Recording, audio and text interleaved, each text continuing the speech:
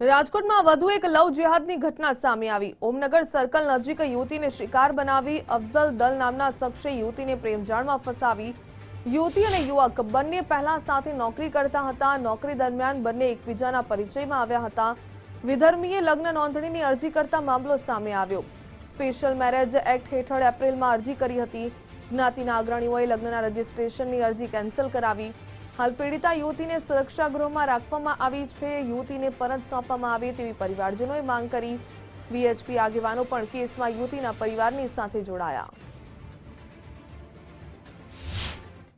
मारा नणंद छे ने 5 वर्ष पहला बिग बजार में जॉब करता त्यारे ई बे हारे जॉब करता।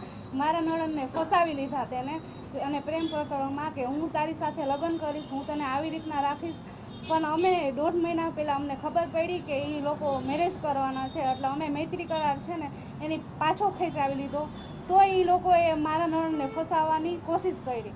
તો મારા નણંદને તે એની સાથે લઈ ગયા। તો અમે એમ કીધું કે તમ તારે તું લઈ જા, પણ અમે છે ને એની ગર્ભાશયની કોથળી કઢવી લઈ। તો કે ગર્ભાશયની કોથળી તમે કઢવી લ્યો તો મારે શું એનું કામ છે? મારે તો એની સાથે છોકરા માટે જ મતલબ છે, બીજો કાંઈ મતલબ નથી મારે એને। મારી દીકરી નોકરી કરવા જતી બિગ બજારમાં એક નરાધામે મારી દીકરીને ફસાવી લીધી છે અને પ્રેમ જાળમાં ફસાવી છે। તો મારી દીકરી પાછી જોઈ છે અને મારી દીકરી સાથે લગ્ન કરવા માંગતો હતો, પણ અમારે એના સાથે લગ્ન ન કે મારી દીકરી જ જોઈએ છે।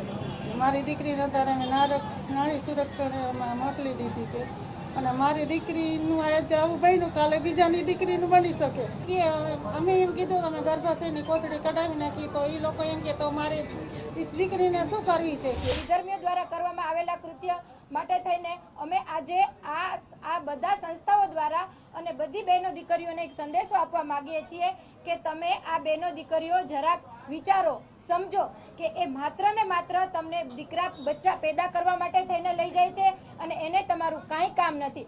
અત્યારે અમારી સામે આ એક જ્યારે કેસ આવ્યો છે, એ કેસની અંદર તો ત્યાં સુધીની વાત ચાલી કે આજે ઈ દીકરાએ એમ કીધું કે ના, મારે તો એને ખાલી લઈ જાવી છે અને બચ્ચા પેદા કરવા છે। કે તમે જાગો, સમજો અને વિચારો અને વિધર્મીઓથી દૂર રહો।